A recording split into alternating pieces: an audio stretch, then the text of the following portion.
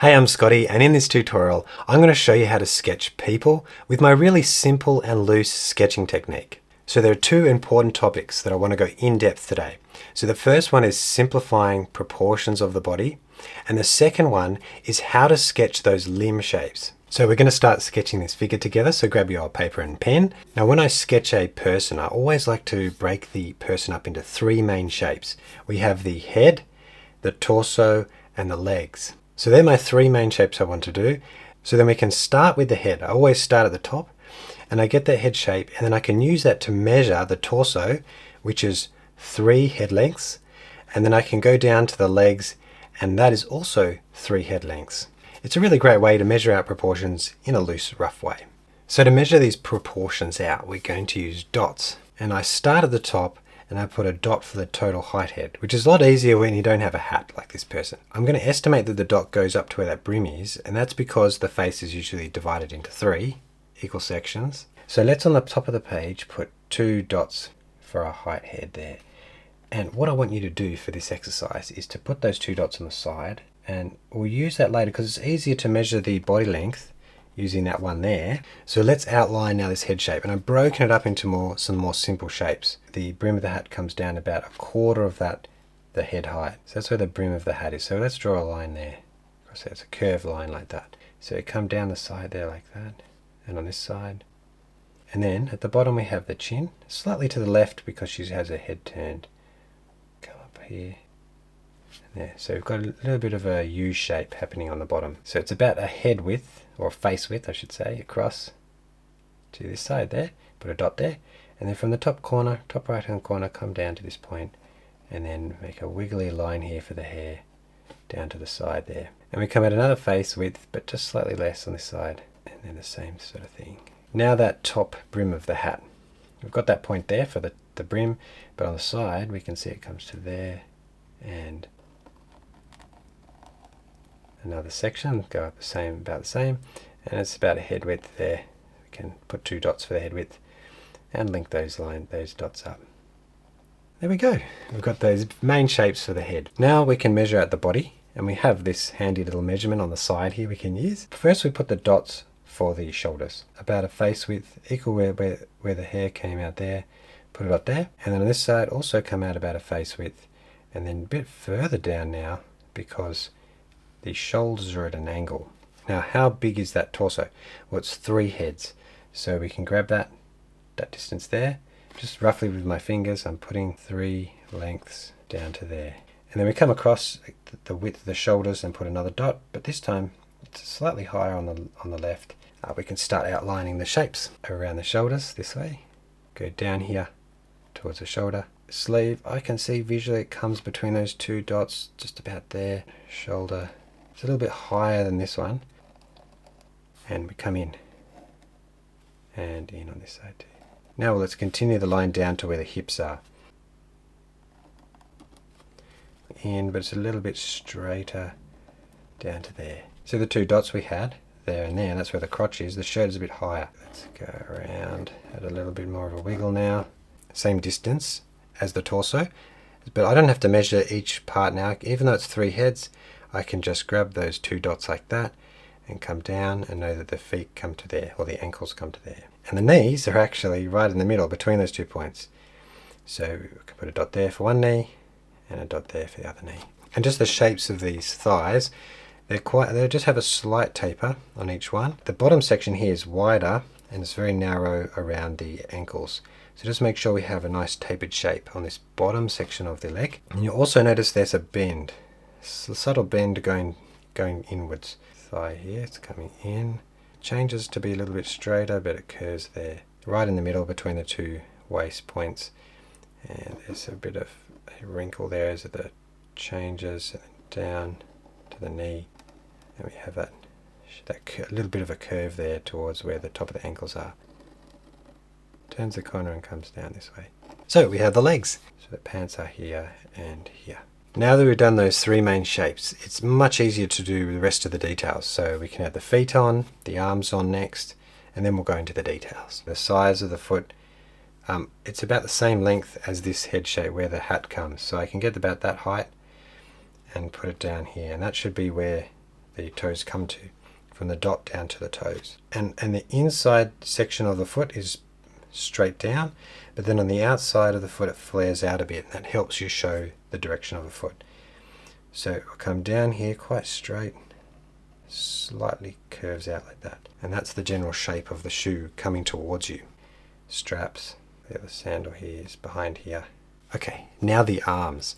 So between the shoulders and the crotch, the elbows are right in the middle, and the wrists come to where the crotch is. So it's slightly higher than that, and put a dot there. It's a bit further out for this one, say about there. And now arm shapes. The top part of the forearm is almost like a cylinder, just a bit bowed out. But then this bottom section of the arm, it's thickest at where the elbow is, and comes down, tapers down to the wrist.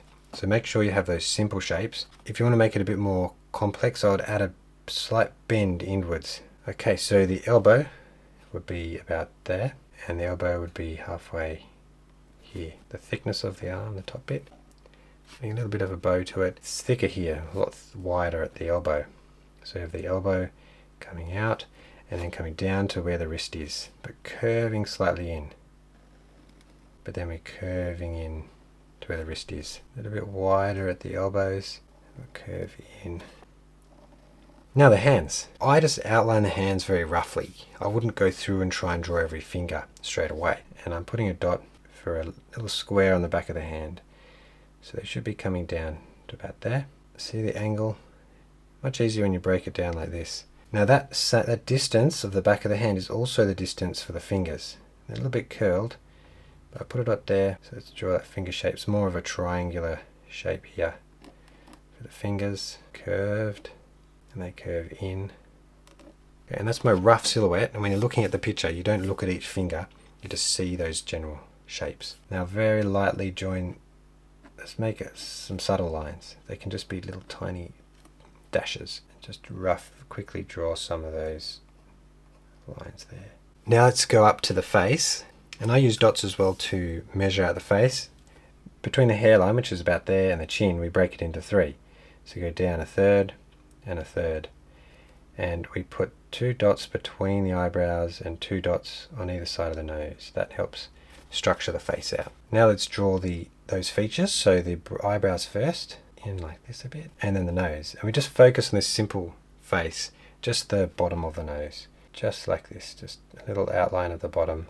Now between the bottom of the nose and the chin, we go up about 2/3, 1, 2, and put 2 dots, and we draw just the top lip between those dots, and then a little line for the bottom lip.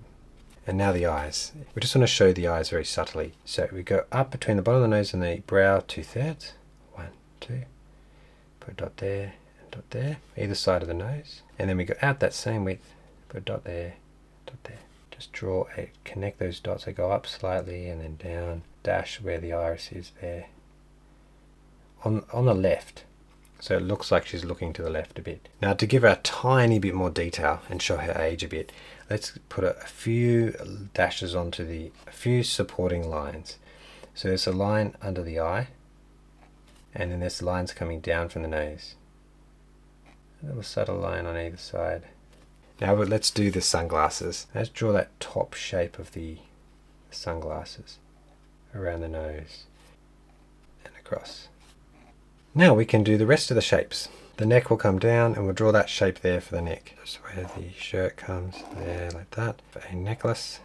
So I can be a little bit more looser here, foam, and right up to the neck. And then a few wrinkles in the shirt. Also around the knees, it's nice to add a few wrinkles here. Okay, we can add some watercolor now. And I always start with the skin tones first. So I've got burnt sienna. Go around to leave white. But try to, if you've done it big enough, you might be able to go around them. Painted the face. Now for the shirt, so we're going to start with cadmium red in the top. Alizarin crimson to the mix, which is a bit of a darker red. Can darken up this side a bit too. Now for the jeans, we have cerulean blue, so it's contrast to the red nicely. So yellow ochre here, and then we'll add in just a little bit of Payne's grey. Now I dried that with my hairdryer and put burnt umber there, so just around here, gradient there of colour. The glasses have that purple tint. Now I have to be very careful here. Change it into more of a Payne's grey black. And I think that's all the light colour that we need on top. Now it's time for shadows. I'm using Purple Lake. It will cut across the forehead and cause a shadow on this side of the face, on the neck. And then where the glasses are, now under the collar, there, give a bit more form to the shirt. Coming down that side of the leg and down the bottom hands.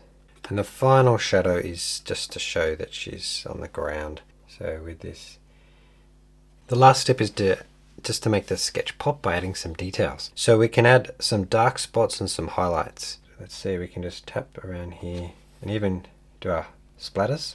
So you hold your finger and then tap your brush just lightly at first, just to see how much. Be a nice touch to that. And I'll try my luck with the splatters again. Get some rose, too strong, just a little bit. And then a white pen to do some highlights. So I've got my Signo, my Uniball Signo pen. Little sparkle highlights. The bag, maybe running down there, on the buttons. So there's the final result, and that's how I sketch people in a loose way using ink and watercolor. If you'd like the full version of this tutorial, it'll be over on my Patreon, including the reference and lots of templates that you can use to help you sketch this more clearly if you want to sketch along. And there's also a great community there. You can post your work there and show other people and also ask me any questions. But otherwise, there's another tutorial right here on YouTube.